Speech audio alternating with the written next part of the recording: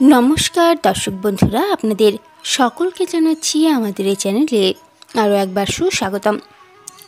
বন্ধুরা, আজ আমরা এই ভিডিওর মাধ্যমে জানব যে আমাদের হিন্দু ধর্মে যে কোনো মন্ত্র বা মালা জপ করবার সময় কেন 108 বার করে করা হয়। এই 108 এই সংখ্যাটির নৈপথ্যের কারণ কি? কেন কোনো মন্ত্র বা জপ 107 বার বা 9 বার করা হয় না, 108 বারই কেন করতে হয়? চলুন বন্ধুরা, জেনে নেওয়া যাক যে কোনো মন্ত্র কেন 108 বার উচ্চারণ করা হয় বা জপ করা হয়। বন্ধুরা, হিন্দু ধর্মে মন্ত্র উচ্চারণের মাহাত্ম্য কিন্তু অপরিসীম। আমরা যে দেবতাকেই মানি না কেন বা পূজা করি না কেন, তার মন্ত্র বা জপ ধ্যান করতেও ভালোবাসি। এই মন্ত্র উচ্চারণে পজিটিভ এনার্জি পাওয়া যায়, মানসিক স্থিরতাও বৃদ্ধি পায়। তবে যে কোনো মন্ত্রই সম্পূর্ণ হয় না 108 বার জপ না করলে। মন্ত্র 108 বার জপ না করলে ঈশ্বরের কৃপা লাভ করা যায় না। মন্ত্র পাঠ করা তাই অত্যন্তই গুরুত্বপূর্ণ। কিন্তু কেন সব মন্ত্রই 108 বার জপ বা উচ্চারণ করতে হয়? এর নৈপথ্যের কারণই বা কী রয়েছে তা এবার জানব। বন্ধুরা, মনে করা হয় প্রায় 3000 বছরেরও আগে সংস্কৃত ভাষায় প্রথম মন্ত্র সৃষ্টি হয়েছিল। মন্ত্র প্রতিদিন পাঠ করতে হয়।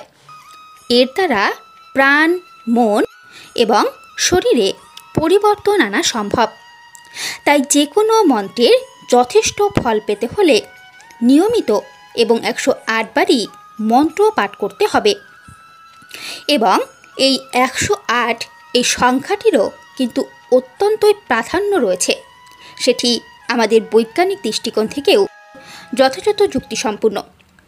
108 সংখ্যাটি হিন্দুদের জপমালায় 108টি পুঁতি থাকে। এমনকি গুরুমন্ত্র জপমালাতেও 108টি পুঁতি রয়েছে। কারণ সূর্যের চারপাশে পৃথিবী ও চন্দ্রের পরিক্রমা ও গতি পারস্পরিক দূরত্বের সঙ্গে 108 সংখ্যার যোগ রয়েছে। তাই 108 বার মন্ত্র উচ্চারণ করলে বিশ্ব ব্রহ্মাণ্ডে যে তরঙ্গ প্রবাহিত হয় তার সঙ্গে সামঞ্জস্য রক্ষা হয়। বিশ্ব ব্রহ্মাণ্ডের সঙ্গে যুক্ত এছাড়াও জ্যোতির্বিদদের মতে আমাদের 27টি নক্ষত্র রয়েছে এবং এদের প্রত্যেকেরই 4টি করে দিক রয়েছে, অর্থাৎ 27 গুণ 4 সমান 108। এক কথায় বুঝতে গেলে 108 সংখ্যাটি সম্পূর্ণ ছায়ামণ্ডলকে পরিবেষ্টিত করে রেখেছে। ভগবানের কৃপা এবং সান্নিধ্য সম্পূর্ণরূপে পেতে গেলে 108 বার মন্ত্র জপ করতেই হবে। এই 108 সংখ্যাটি অত্যন্তই পবিত্র বলে মানা হয় এবং 9 সংখ্যার গুরুত্ব ভারতীয় ধর্মগ্রন্থ অনুসারে অত্যন্তই গুরুত্বপূর্ণ। 9 সংখ্যাটি ভগবান ব্রহ্মার, যিনি মহাবিশ্বের সৃষ্টিকর্তা বলে মনে করা হয় এবং হিন্দু ধর্মে সংখ্যা 9-এর গুরুত্ব অত্যন্তই গুরুত্বপূর্ণ। তাই 9 নম্বরের গুরুত্ব বিবেচনা করে ঋষি ব্যাস 9টি পুরাণ অর্থাৎ 108টি মহাপুরাণ বা উপনিষদ তৈরি করেছিলেন। মহাভারতেও 18টি অধ্যায় রয়েছে, গীতাতেও 18টি অধ্যায় রয়েছে, ভগবতে রয়েছে 1,08,000 শ্লোক এবং ভারতীয় বেদ সূর্যকে ঈশ্বরের হিসেবে ব্যবহার করা হয়েছে এবং সূর্যের 12টি চিহ্ন রাশি চিহ্ন রয়েছে।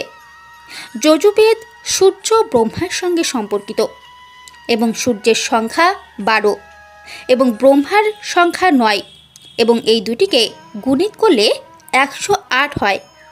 অতএব ভগবানের উপাসনার জন্য 108 সংখ্যাটি খুবই গুরুত্বপূর্ণ ও পবিত্র। তাই আমাদের হিন্দু ধর্মে যে কোনো মন্ত্রের জপ বা মন্ত্রের উচ্চারণ 108 বার করা হয় ভগবানের কৃপা পেতে এবং তাকে সন্তুষ্ট করবার জন্য।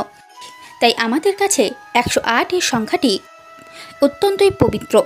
এজন্যই যে কোনো মন্ত্র উচ্চারণ বা মন্ত্র পাঠ করবার সময় 108 বার করা হয়ে থাকে। বন্ধুরা, আশা করছি আজকের এই তথ্য আপনাদের ভালো লেগেছে। যদি ভিডিওটি ভালো লেগে থাকে তাহলে লাইক, শেয়ার এবং সাবস্ক্রাইব করতে কিন্তু ভুলবেন না। আজকের মতো এটুকুই। ধন্যবাদ।